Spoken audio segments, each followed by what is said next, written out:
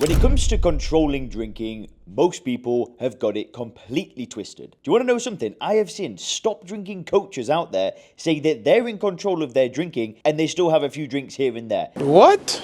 Imagine that, a stop drinking coach telling you that they still drink. With all these mixed messages that are going on out there, what are we supposed to believe? What are we supposed to do? And if we do want to control our drinking, how the heck do we do it? Well, today in this video, I'm going to explain exactly how you can control your drinking quickly. Listen, by the end of this video, I think 99% of people that watch this video from start to finish will know exactly how to get control of their drinking the correct way. Not this fake way of having a few drinks at the weekend. You'll have true permanent control. So there are really only 3 things that you're going to need to do, and today we are going to unpack them. So I'm actually in Dubai right now. We've just moved back. We're in our new house, so I might show you another day. Not right now. We're still unpacking, so it's a bit messy, so I've sat by the window to make this video. But let me unpack this. So quickly, why should you listen to me? Well, my name's Leon Sylvester. You know, I've been helping people stop drinking for the past 4 years. I've not drank myself for almost 6 years now. You know, I've worked with hundreds of clients, top business owners, top professionals. And today I'm going to tell you about controlling alcohol because so many people are getting this wrong. So let's just dial it back a little bit and talk about the first thing that you need to do. The first thing that you need to do is you need to get clear on what control is. Some people think that being able to control their drinking is having 1 or 2 at the weekends. In fact, I've probably spoke with 2,000-3,000 people who have a drinking problem that want to help stopping drinking, and they say it to me again and again and again. Leon, is your program, is the Sober Clear program for people that want to stop drinking or they want to control it? Does anybody go back to drinking? And what I say to them next shifts their whole mindset. And I'm gonna share that with you right now. What I say to them is, hey, well, you know, you have control over every other drug on the planet, right? And they're like, yeah, I mean, I guess. I say to them, you can take or leave morphine whenever you want. You could go to the hospital right now and, okay, maybe that's a bad example because you can't get access to morphine. But, you know, I explain to people that they're in control of crack. They're in control of marijuana, right? They're in control of all these other drugs that they choose not to take. However, they can take them if they want to. And when I say that, they're always like, yeah, I suppose you're right.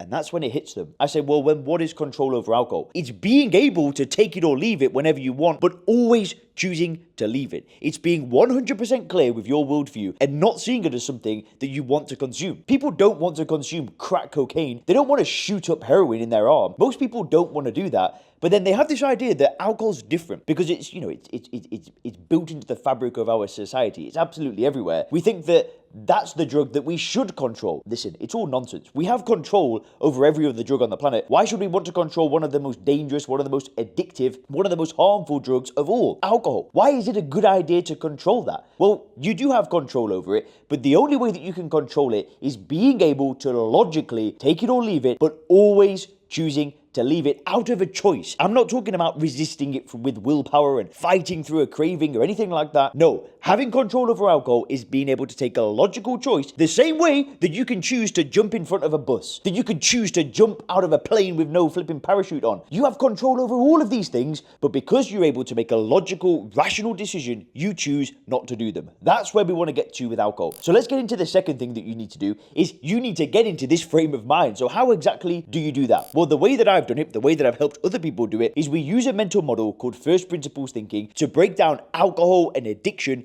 into its component parts. See, what do most people do when they try and stop drinking? They ask society. They might go to a doctor. They might go to a meeting. They might ask a friend that they know that hasn't drank for a long time. And they always get a similar answer. Stopping drinking is hard. It's difficult. It requires a tremendous amount of willpower. Maybe you've got a disease. You're an alcoholic. You're born this way. You're going to die this way. That's who you are. That's not what we do. The way that you can get into a state of mind where you have permanent control over alcohol, the way that I've been in control of it for almost 6 years, the way that I've helped hundreds of clients do it as well, is you need to break the problem down into its component parts. Because once you've basically peeled back the layers, the same way that you'd peel back the layers of an onion, and you're able to break down every single belief that you have around alcohol, what is left at its core? Alcohol is ethanol. It's a poisonous substance. It's something that has zero benefit to consume. It's literally in the same category as bleach. It is a pure poison that if you drink enough of it, you will die. How is that a good thing to control? How can there be coaches out there that are telling people, here's the truth about alcohol, here's this, here's that, and they still drink? It's madness. How can anybody want to put that stuff in their body once they see it for what it is? It's poison. It's going to kill you. It's already killing you.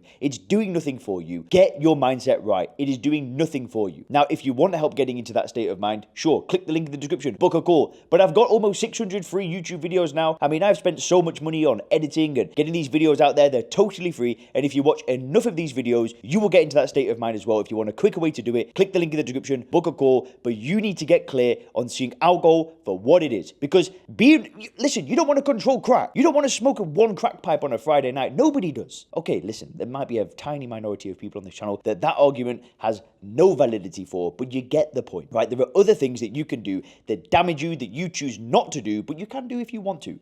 Anyway, I'm getting fired up. But anyway, let's get into the third thing. Now, the third thing that you need to do is what most people do when they try and stop drinking alcohol is they focus on the past. They look at the stories. They look at all the bad things that have happened to them. They look at, the therapy, the trauma. And listen, there's a time and a place to do that stuff. I've done that work. It's uncomfortable, it's painful, and it hurts. But for a lot of people, not everybody, right? So this message isn't for everybody, but for a lot of people, that stuff is not relevant to why they drink. They drink alcohol because they've been conditioned to see it a certain way, to see it as something that adds value in their life, and they've been conditioned this from day one of being born, and combine that with the fact that it is one of the most addictive substances on the planet. When you bring those two things together, it doesn't matter if you were born poor, born in a traumatic household, born rich, it doesn't matter. Everybody's falling for the same trap. Just because somebody's had a tough upbringing, most of the time does not mean that's why they drink. They drink because it's a drug. They drink because they've been conditioned to see it in a certain way. When I was actually stopping drinking, I spent zero time looking at the past. I did not make amendments to people. I did not go to a therapist. What I did is I logically saw alcohol for what it is, took control, and by taking control, I mean I made a decision to remove it from my life and never look back. If I want to take it, I will, but why the heck would I want to put that stuff in my body? I got into that state of mind and I immediately focused on the future. I didn't go to the past. I did go to the past actually, but that was like 4 years later. I saw a therapist 4 years after stopping drinking because hey, there's a time and a place. I'm not discrediting that work at all. It's great stuff. But when it comes to stopping drinking, you need a vision. You need something to go towards,